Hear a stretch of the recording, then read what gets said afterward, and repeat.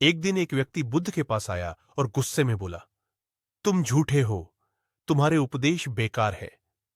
बुद्ध मुस्कुराए और बोले, अगर कोई तुम्हें तोहफा दे और तुम उसे स्वीकार ना करो, तो वो तोहफा किसका रहेगा? वो आदमी बोला, जिसने दिया उसका।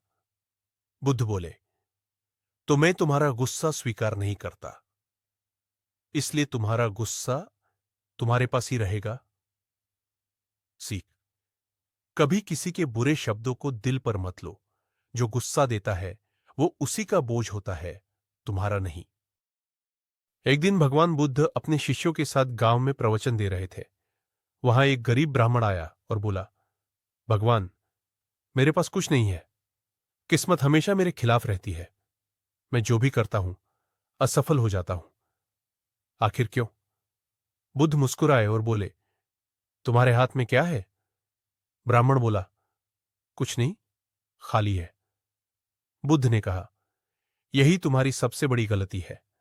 तुम्हें हमेशा लगता है कि तुम्हारे पास कुछ नहीं है, जबकि तुम्हारे पास मेहनत करने की ताकत है, सोचने का दिमाग है और कोशिश करने का मौका है। जिसे खुद पर भरोसा होता है, उसकी किस्मत खुद बदल जाती है। सीख, किस्मत नहीं, सोच बदलो। जिस दिन तुम खुद को कमजोर मानना छोड़ दोगे, उस दिन से तुम्हारी जीत शुरू हो जाएगी। हेलो दोस्तों, आप लोग कैसे हैं? उम्मीद करता हूं कि आप सभी लोग अच्छे होंगे। तो आज मैं आपको एक कहानी सुनाने वाला हूं, बंदर और सांप की कहानी। बहुत समय पहले की बात है। एक घना जंगल था। उस जंगल में एक ऊंचे पेड़ पर एक बंदर रहता था। वह बंदर बहुत फुर्तीला था, लेकिन उसके अंदर एक बहुत बड़ा डर था। वह कभी जमीन पर नहीं उतरता था। क्यों? क्योंकि उसे लगता था कि नीचे खतरनाक जानवर है, खासकर सांप। दिन बीतते गए। बंदर ऊंचाई से ही सबको देखता रहा। बाकी जानवर खुलकर जी रहे थे, घूम रहे थे, लेकिन बंदर अपने डर की कैद में था। एक दिन वही हुआ जिससे बंदर सबसे ज्यादा डरता था।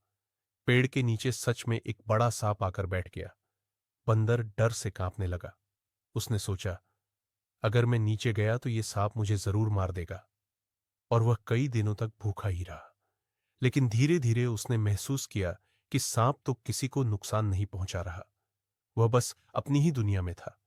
तब बंदर ने सोचा, असल में यह सांप मेरा दुश्मन नहीं है। मेरा असली दुश्मन तो मेरा डर है, जो मुझे नीचे उतरने से रोक रहा है। बंदर ने हिम्मत की। पहली बार उसने पेड़ से नीचे कदम रखा। उसका दिल तेज धड़क रहा था।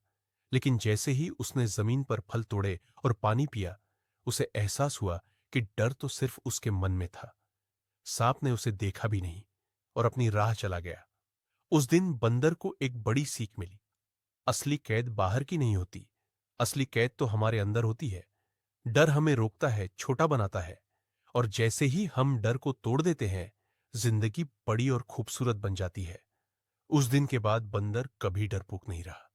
वह पूरे जंगल में घूमता और सबको यही कहता, डर को हराओ, क्योंकि डर से बड़ा कोई दुश्मन नहीं होता।